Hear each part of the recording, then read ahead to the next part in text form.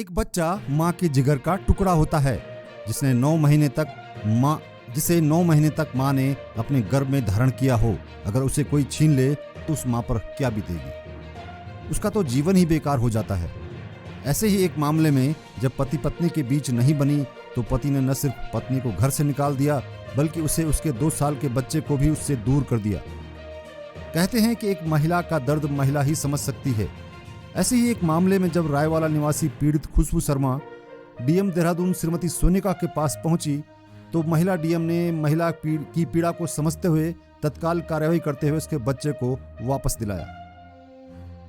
DM Dehradun के office में हमेशा की तरह जन सुनवाई चल रही थी।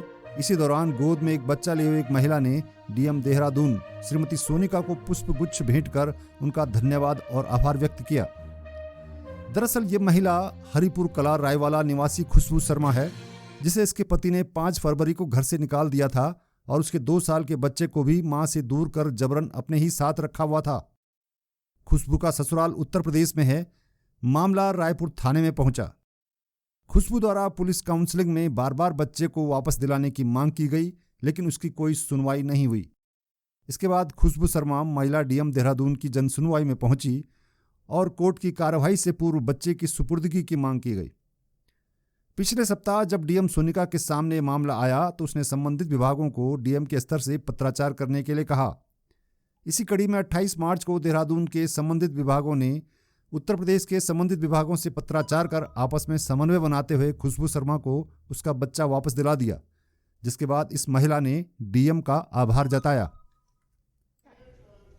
मेरा नाम खुशबू शर्मा है और मेरा ससुराल मुजफ्फरनगर में है और मेरे को मेरे हस्बैंड ने फरवरी 5 में मुझे घर से मार पिटाई करके मुझे मेरा बच्चा अपने पास रख के 2 साल का मेरा बेटा है अपने पास रख के मुझे मेरे घर भेजा गया था, घर से निकाल दिया था।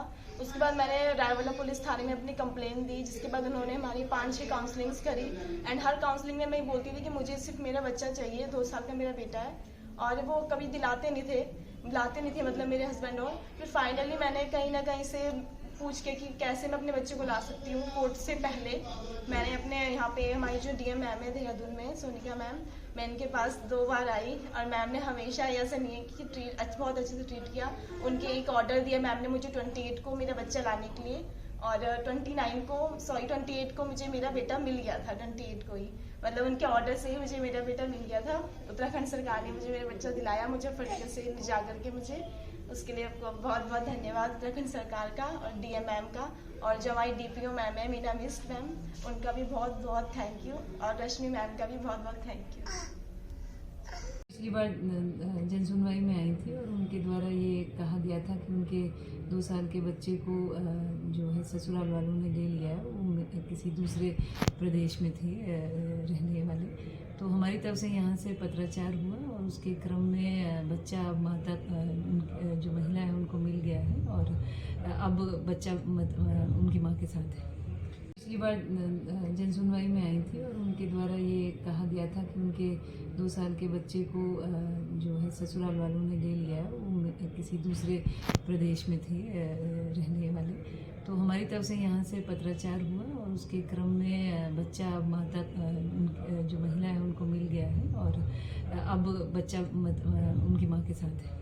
पिछली बार जन सुनवाई में आई थी और उनके द्वारा ये कहा गया था कि उनके 2 साल के बच्चे को जो है ससुराल वालों ने ले लिया है, वो किसी दूसरे प्रदेश में थे रहने वाले। तो हमारी तरफ से यहाँ से पत्राचार हुआ और उसके क्रम में बच्चा माता जो महिला है उनको मिल गया है और अब बच्चा उनकी माँ के साथ है।